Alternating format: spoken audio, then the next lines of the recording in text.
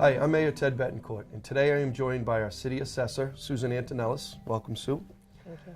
The Assessor's Office plays a critical role in the functioning of our financial operation here in the City of Peabody, but I don't think many people know exactly what the Assessor does. So, Sue, maybe you can give us a brief overview of the Assessor's Office and some of the functions that you perform for the city. Sure, absolutely. Thank you for having me.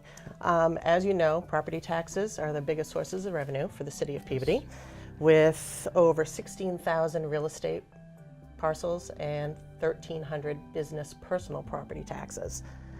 It's the Board of Assessors' responsibility to determine the full and fair cash value of all those properties every single year, as of January 1st.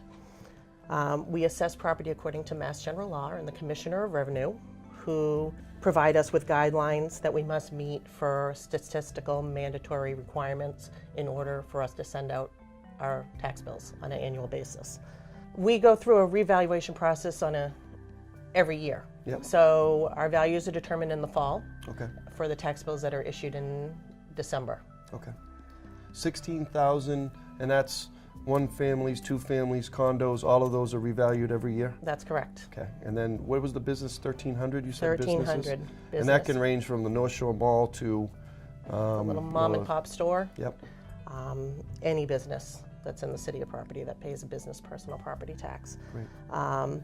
Basically, it's our responsibility to determine the values on an annual basis, and we do that on a mass appraisal basis. Yep. So the three approaches to value that we use are a cost approach, a market approach, which is a sales comparison approach, or an income approach for those commercial and industrial income producing properties.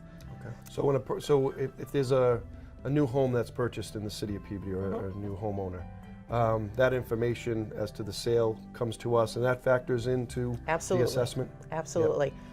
For typical residential properties, single-family homes, condominiums, 2s and 3 families, our values are determined based on the market. So what are other single-family homes, capes in a certain neighborhood selling for with certain characteristics? Great. So we receive that information on a daily basis from the Registry of Deeds. So if a property sells today and is recorded at the Registry of Deeds, we have that information tomorrow. Excellent. Okay, good. Thank you. And I know as a city we offer some exemptions for people that qualify. Maybe you could talk a little bit about those exemptions, maybe specifically for seniors. Sure. If you could talk a little bit about the exemption we offer as a city. Sure. There's several different exemptions that the City of Peabody offers, actually all of the state of Massachusetts offers. There are different variations, but I'll specifically talk about the ones that the city currently has accepted. The first being a legally blind exemption. In order to qualify for an exemption, one, you have to own and occupy the property as your primary domicile. Okay. As So of it's not July rental, 1st. it's not It's rentals. not rental. You Yep. have to own the property. If the property is in a trust, you have to be both trustee and beneficiary of the trust in order to qualify for exemption. If the property is in a life estate, you would still potentially qualify for the exemption if you meet the other criteria, eligibility. So back to legally blind. If a property owner is legally blind, they should file with the Commission for the Blind and receive a certificate from the Commission for the Blind. And it's an annual application that would entitle a property owner up to $500 off their real estate taxes on an annual basis. That also applies to motor vehicle excise tax as well. Okay. Another exemption that the city has available is veterans exemption. Yeah, please talk a little bit about that. Sure. Veterans exemptions are for veterans with service-connected disabilities of 10% or more. So you have to have a service-connected disability in order to qualify for the exemption. And depending on the disability and the percentage of disability, the exemption would range from $400 to total property tax exemption, meaning you would pay no property taxes. Okay.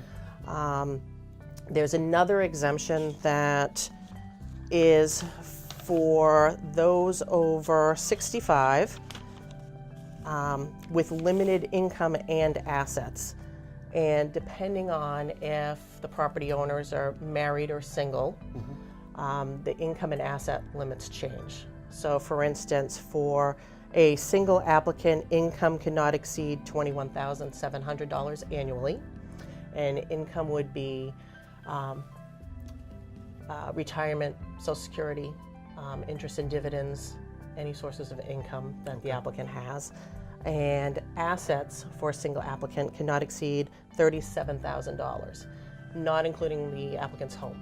Okay. But if they own other real estate, that would be included. All right, so it doesn't count the property that they own. Correct. But if they did own a rental second property or a property, second home somewhere, That that would does be count. included, correct.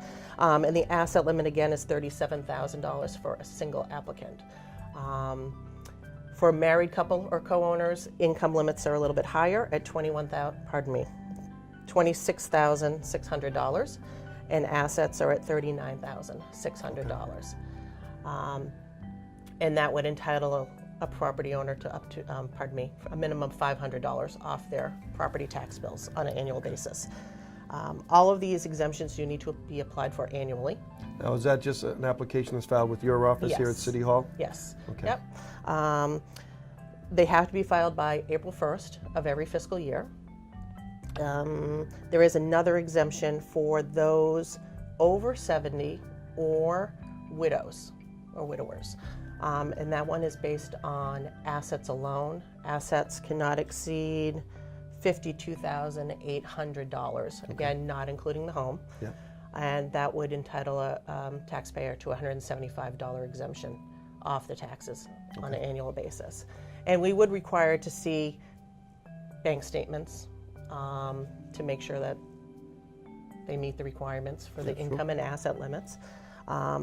The last exemption is actually really not an exemption, it's a tax deferral, where applicant, if they are over 65 and have income less than $40,000 a year, they can defer paying any real estate taxes to the City of Peabody until the property is sold or transferred.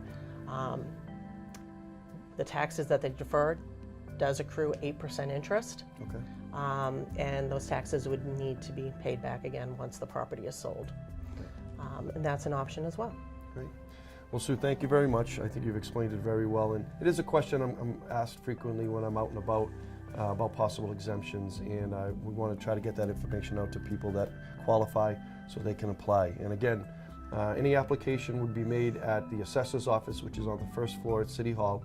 If you do have any questions, please contact Susan's office, or you can call Chris Ryder at the Mayor's office to seek some additional information, or if you had some questions.